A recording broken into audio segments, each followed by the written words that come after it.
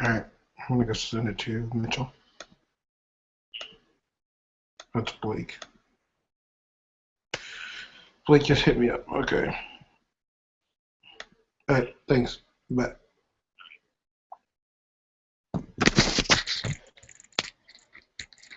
Sorry, everyone, for some technical difficulties. We're getting started.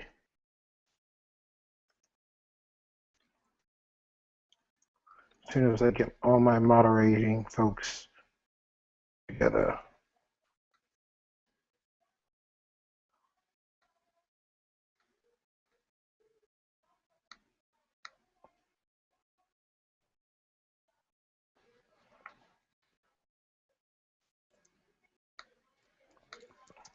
Just a moment. I am having a day, to say the least. But I am here to give y'all information.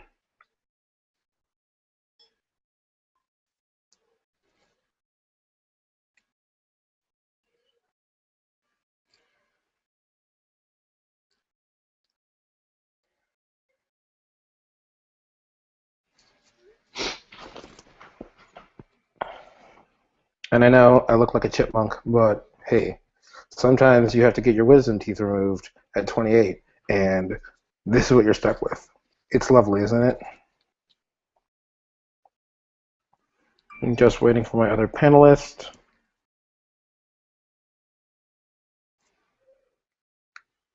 We have a special guest joining us tonight. And while we wait for him, let's just do the brief background, pretend like no one knows what PrEP is, so we're all on the same page, have some common definitions and understandings about what we'll be talking about today in the context of pre-exposure prophylaxis moving forward, and what things people need to understand in terms of policy and implementation versus the research process involving PrEP. So, first and foremost, what is pre-exposure prophylaxis?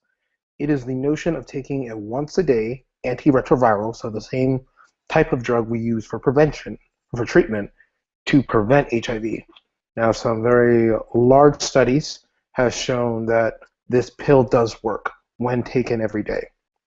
I think that is the key, is when you're looking at these studies and having these discussions, is knowing what are the limitations and the abilities of the research process and what it means for them to be, for us to talk about what research is doing and what a trial is telling you.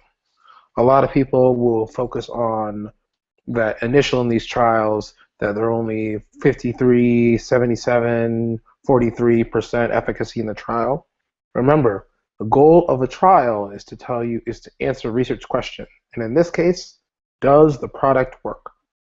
And in these trials, we learned that if you take it, it does work, which is the only thing the trial can tell us. It can't tell us if everybody takes it all the time, what will it look like in the real world, how will we go forward.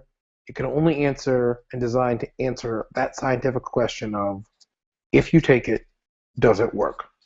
And in this case, it's shown that if you take it at least 4 days a week, it works.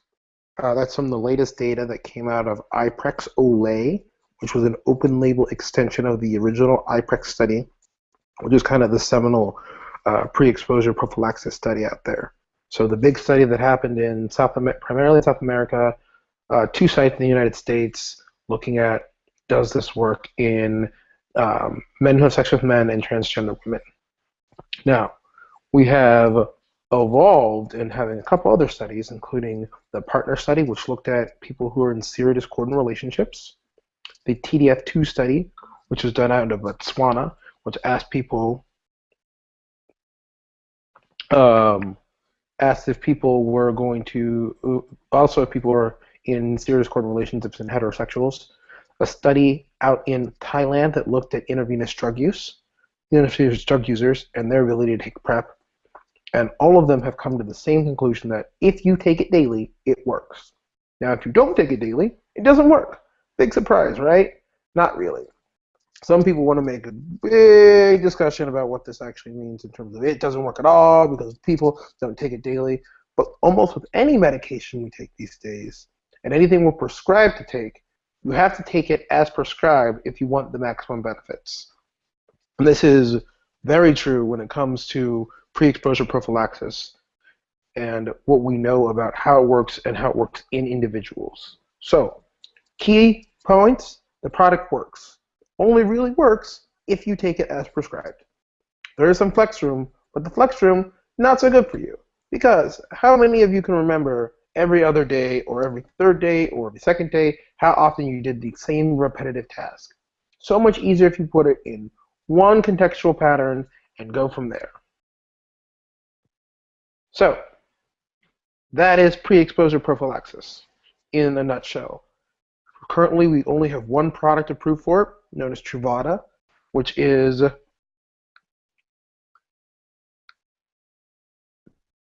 which is a backbone of a lot of frontline treatment drugs, but we have a lot of rich data on it about its ability to protect, to allow people to engage with it, and to have a relatively good safety profile, low levels of resistance, as well as being able to have good tolerability among individuals. So there are a lot of side effects that we see in people who are taking Truvada. So Truvada is out there now.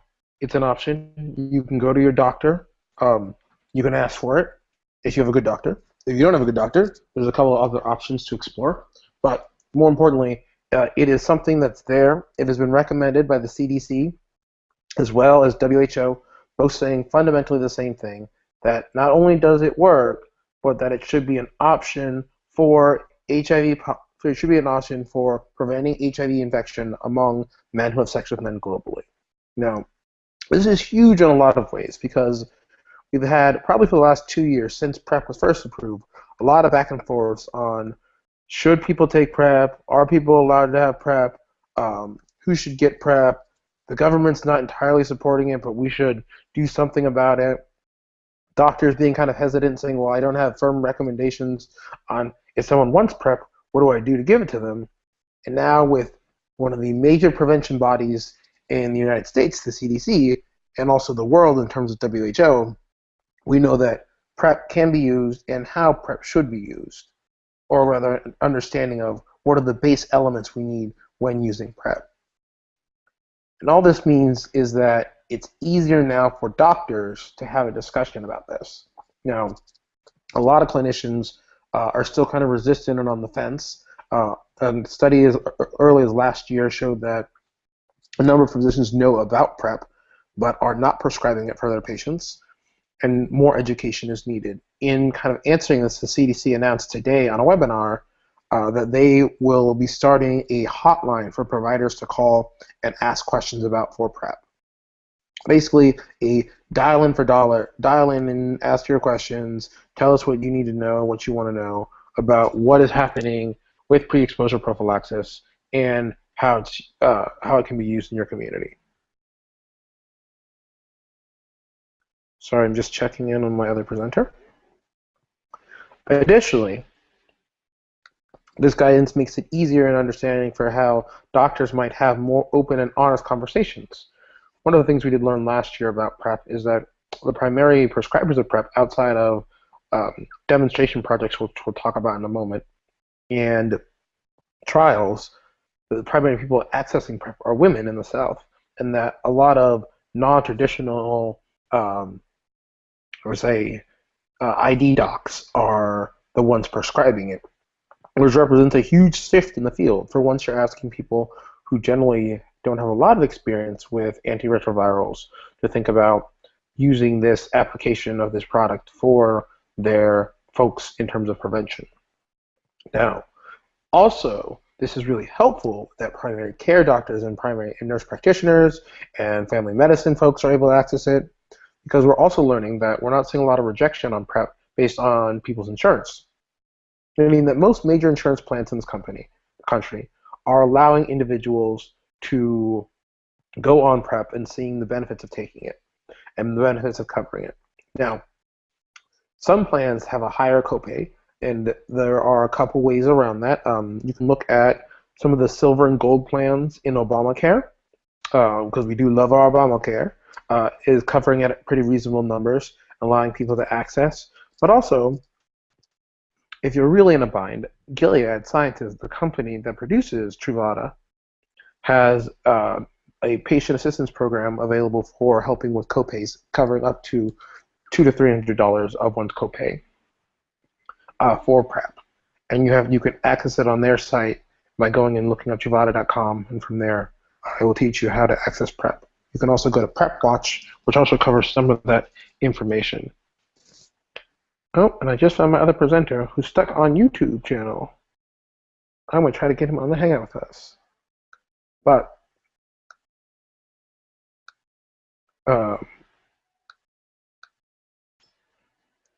so, that is out there. There are means for folks to access PrEP. But remember, PrEP is a really important and powerful intervention, and you should not do it lightly. It's a very big decision in an individual's life, because you're looking at seeing your doctor at least 4 times a year, getting tested regularly for HIV, deciding that you want to adhere to taking a pill every day, and having a couple other tests done just to ensure potential conflicts that could happen.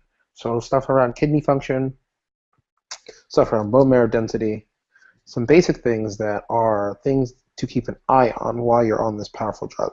Also, it should be noted that PrEP does not protect you against any other STIs or STDs, although there's some initial data saying that it might have some benefits against hepatitis, but that is still an ongoing look at such data.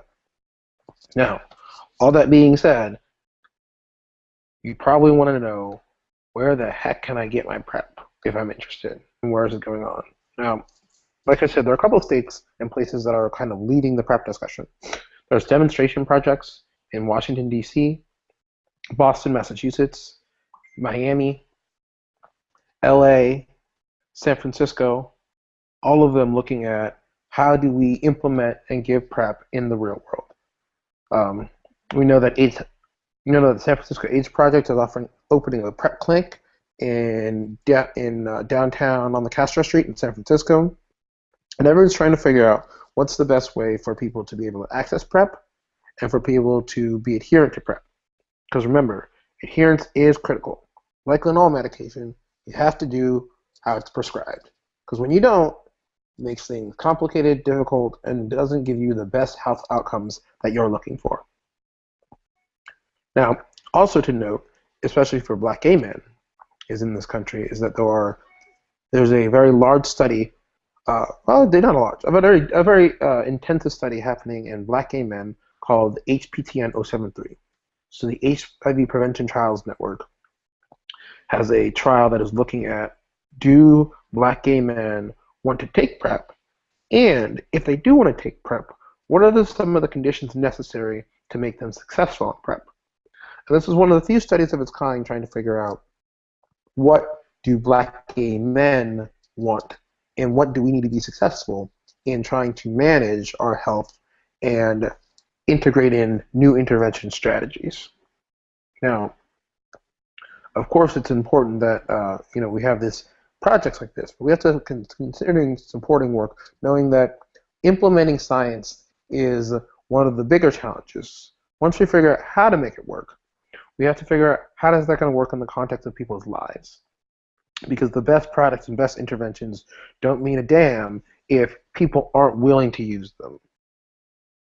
So, that being said, PrEP works, but we're still looking for data on how to make PrEP work better, and how we can, in that attempt to make it work better, how we can be most successful in making sure that anyone who needs access can get their access and can figure out what they need to be successful in it. Sorry, still hunting for my presenter.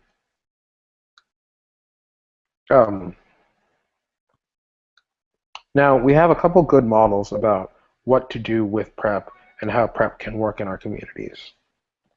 As I mentioned, those demonstration projects are happening, which are generating data and showing people what are some of our options to do with PrEP. There's also the 073 data that's happening. Really, the most important thing is going to be talking about people in your community, figuring out kind of what are the ideal conditions you need to, if you were to take a pill a day, what would you need in terms of support, What would you need in terms of help from outside resources? What would you need in terms of maybe reminders or things that could help educate you and make you the most successful in figuring out, is this intervention going to work for me? Now, I like to remind people that a lot of people get concerned about the costs and figuring it out. But I think that there is some great discussions and great things in the work. Like I mentioned, Gilead Sciences has a patient assistance program, but also on the state level, we're seeing some states step up into figuring out what they should do about PrEP and what they should do in terms of funding it. Washington State is probably taking the biggest lead on this, and as they have started their own kind of funding source to cover PrEP in their community, recognizing the cost savings that PrEP provides, and also recognizing that while it is a promising and powerful intervention, it's not an intervention for everyone. But for the folks who are going to use it, this gives them some measure of a level of support and protection that they wouldn't have otherwise. And really that's what it's about at the end of the day, is that we have to figure out how do we best support folks who wouldn't otherwise be supported or protected. The other state that's looking very closely in the PrEP discussion is New York. Now, a number of you may or may not have heard, New York is launching a very ambitious plan to end the AIDS epidemic in New York.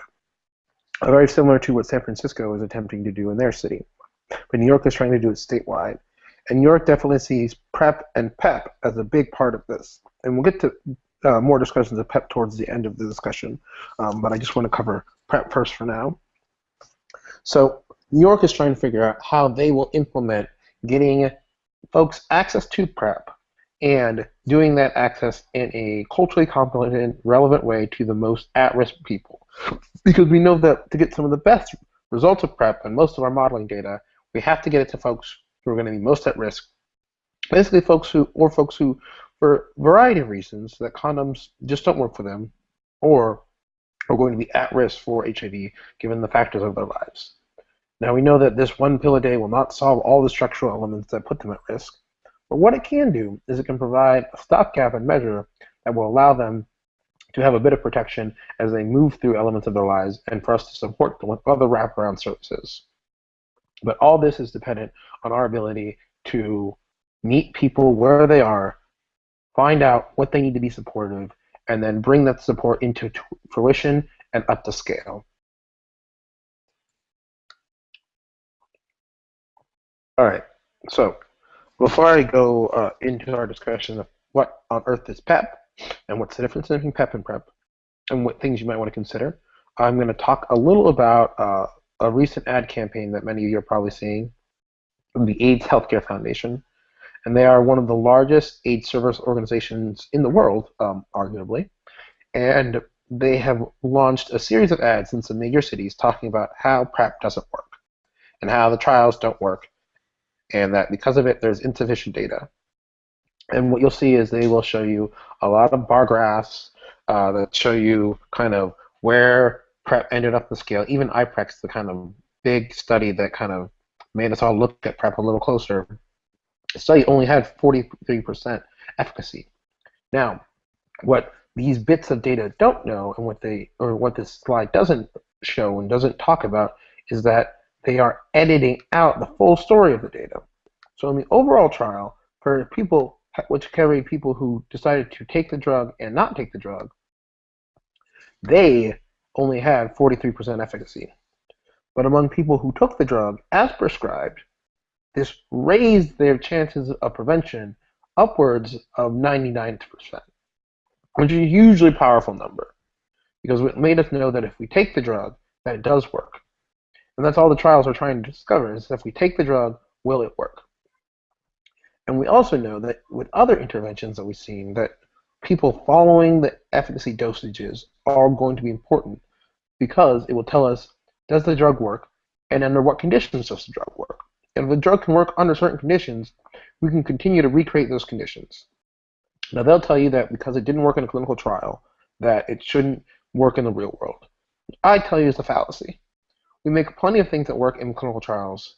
Clinical trials are set up to answer scientific questions. They're not entirely set up to address the cadre of human discussions, emotions, and behaviors.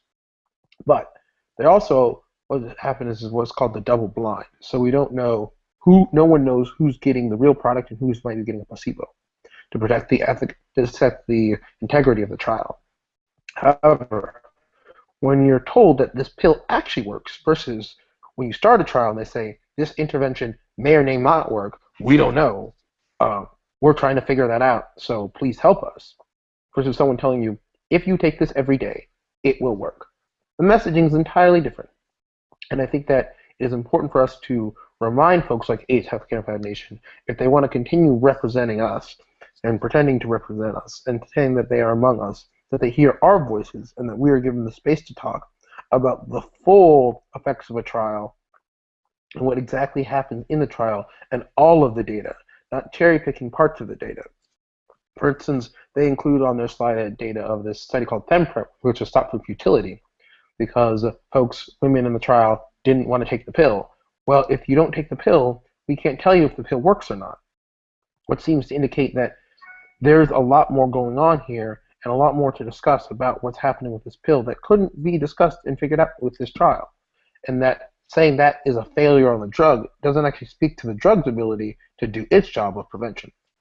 So I just ask you that you take a deeper dive and you look at what is happening in terms of data and analysis, and that you ask. One of the great things about YBGLI is that we are well connected and we can get you answers. And if we don't know, we will find someone who will get you an answer, and you can question them within an inch of your life, girl. They will tell you what you need to know, and we will continue to break it down and re-explain it to you. Because you are the empowered consumer. You are the people they are trying to talk to. You are the people who have what they want. You have the answers because the answer is what works for you. And finding something that works for you is their biggest, most critical mission. So keep that in mind as you try to negotiate kind of this space. And that always ask for the full questions, and that sometimes the ads we see don't necessarily tell the full story. Go to resources, find out answers, find at least one or two sources that tell you what they say. And don't be afraid of the opposition. Learn from them. Figure out why their story is the way it is. And then interrogate, analyze, and discuss and figure things out for yourselves. Because remember, here at YBGLI, we aren't about you just listening to what we say. We want you to be informed, empowered individuals who can really make a difference in your community and continue to make differences in the community. And we already know you do that because you are powerful, young, black, gay men. Now, before we end today, and as I check in, are there any more questions coming in online? We're going to talk a little about PEP. So PEP is a strategy that is and it's different than PrEP. So there's PrEP, which is before you have sex and every day. PEP is after you've had sex and you think you've been exposed to some sort of risky behavior. What can you do to kind of help protect yourself? And PEP has actually been around for a very long time. It's roughly 72% effective in preventing HIV, and it's a course of taking a 3-pill cocktail over 28 days to take HIV up to 72 hours after your potential risk period. Now, you generally have to get PEP from emergency rooms, unless you live in Los Angeles, in which case there's a couple demonstration projects looking at how to start people on PEP earlier, mainly through the Los Angeles Gay and Lesbian Center. But PEP is an option that's out there for people. Now, what I tell people is, if you're using PEP 2 to 3 times per year, you might want to consider using PrEP because you're already taking a powerful course of antiretrovirals, and this is actually less strain on the body than the ones you'll be taking. So just some things to consider. But as always, with any healthcare decision, please, please, please consult your doctor, medical provider, your family heard nurse. Find someone with some damn education around some damn medicine. And if you don't feel comfortable, like I said, reach out to us. We can set you up with someone who can help answer these questions and walk you through the process. So it appears I have no questions. That might be because I look like a chipmunk and everyone's just kind of sitting at home laughing at that. But I think that's okay for now. If you have any questions that come up, you can always tweet us, and we will answer any of your live tweets. And for now, we will look forward to talking to you all in September with our next policy roundtable, which will include some folks from the CDC answering some of your questions from the summit, and also talking about what the CDC can and can't do, and funding opportunities and fellowship opportunities that they have. So thanks again. Be well, be safe, and keep doing the great work that you're doing on behalf of our community.